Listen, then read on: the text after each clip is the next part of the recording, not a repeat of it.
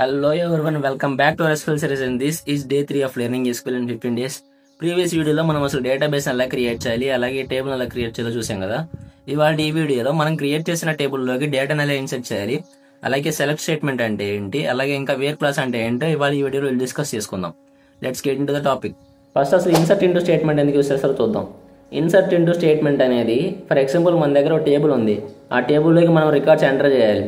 Records enter చేయాలన్నప్పుడు మనం insert into statement use చేసుకొని మనమైతే ఆ టేబుల్లోకి రికార్డ్స్ ఎంటర్ చేసుకోవచ్చు.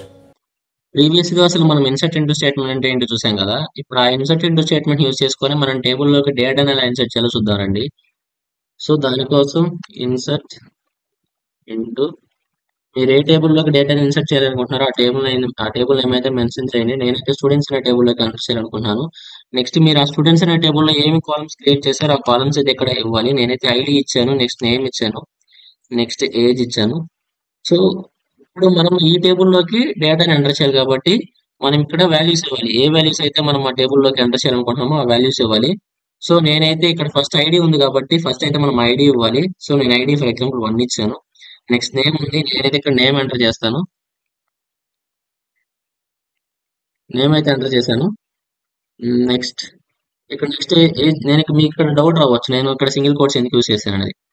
సో ఇక్కడ నేమ్ అనేది మనకి స్ట్రింగ్ క్యారెక్టర్ టైప్. సో మనం ఎప్పుడైనా డేటాబేస్ లోకి స్ట్రింగ్ క్యారెక్టర్ టైప్ ని మనము స్టోర్ చేయాలనుకున్నప్పుడు మనమైతే ఇక్కడ single quotes or double quotes అయితే ఇవ్వాలన్నమాట. సో నెక్స్ట్ నేనైతే ఏజ్ ఇచ్చాను. సో ఇదైతే మనకి సింగిల్ రికార్డ్ అన్నట్టు. మీరైతే మల్టిపుల్ రికార్డ్స్ ఇన్సర్ట్ చేసుకోవచ్చు. ఫర్ ఎగ్జాంపుల్ నేను చూపిస్తానండి. ఇప్పుడు దీన్ని కాపీ చేశాను నేను సింపుల్ గా. సో కాపీ చేసి నేనైతే ఇక్కడ పేస్ట్ చేస్తాను. సో ఇక్కడ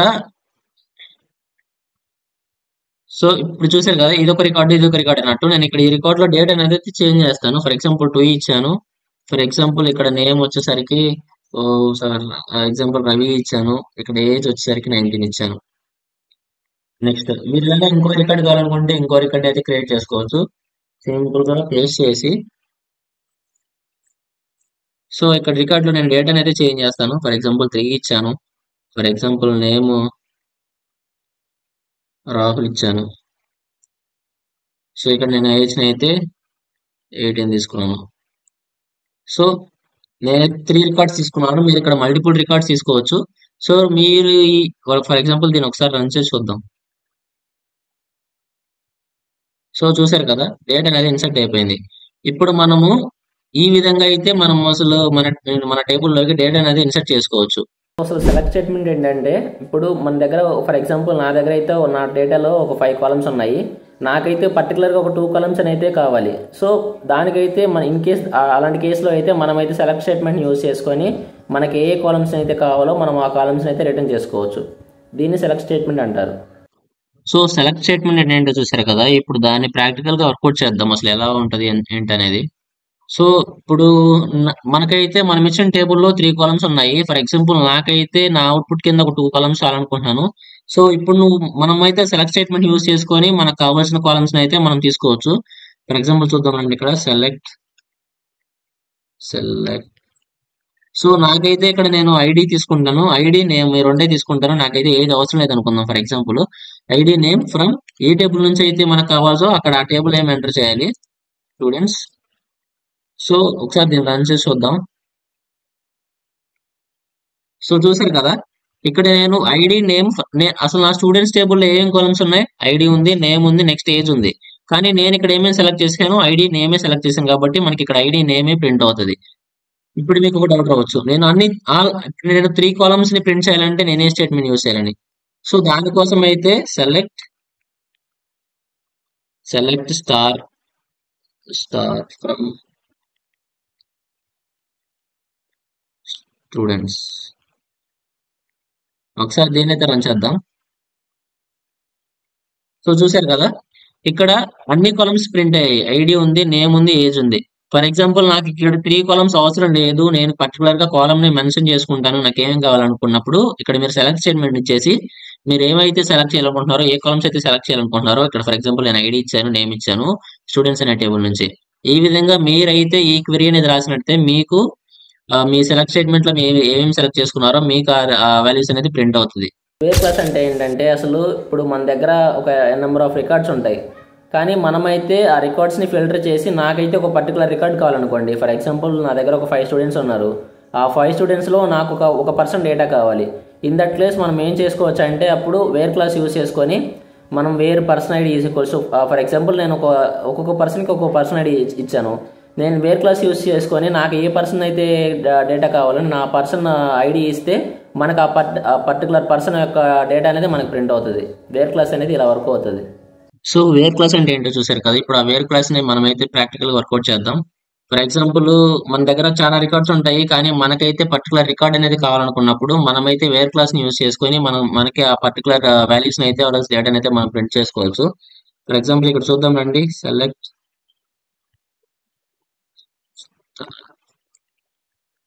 స్టూడెంట్స్. సో ఇక్కడ నేనైతే వేర్ క్లాస్ యూజ్ చేస్తున్నాను. Where name is equals to for example నేను నేమ్ అయితే రవి అని తీసుకుంటున్నాను. Name is equals to Ravi. So ఒకసారి దీని అయితే రన్ చేద్దాం మనం. సో చూసారు కదా, మనం పర్టికులర్ గా ఇక్కడ వేర్ క్లాస్ మెన్షన్ చేయడం వల్ల మనము వేర్ క్లాస్ లో మనం ఏమి ఇచ్చాం, నేమ్ ఈజ్ ఈక్వల్స్ రవి అని ఇచ్చాం కదా. సో పర్టికులర్ గా మనకి ఆ కాలం అయితే సారీ ఆ డేటా అయితే ప్రింట్ అవుతుంది. ఫర్ ఎగ్జాంపుల్ నేను ఇక్కడ నేమ్ కాకుండా వేరేది ఏమైనా ఇద్దాం. For example name, for example wear ID ఇద్దాం. ఇప్పుడైతే ID is equals to for example నేను ఐడి ఈక్వల్స్ టు 3 ఇచ్చాను. సో చూద్దాం రండి ఇప్పుడు ఇది ఎలా వర్కౌట్ అవుతుందో. సో ఇప్పుడు నేను ఇక్కడ వేర్ ఐడి ఈజ్ ఈక్వల్స్ 3 ఇచ్చాను.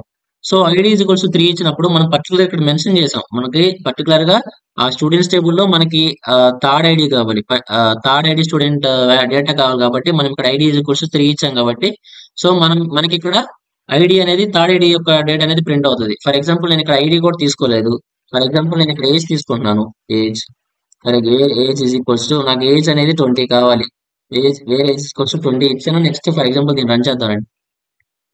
సో నేను ఇక్కడ ఏజ్ ఈక్వల్స్ 20 ఇచ్చాను కాబట్టి నాకు నేను ఇచ్చిన డేటాలో ఏజ్ అనేది 20 ఎవరికైతే ఉంటుందో వాళ్ళనైతే ఇక్కడ ప్రింట్ చేస్తుంది మనకి.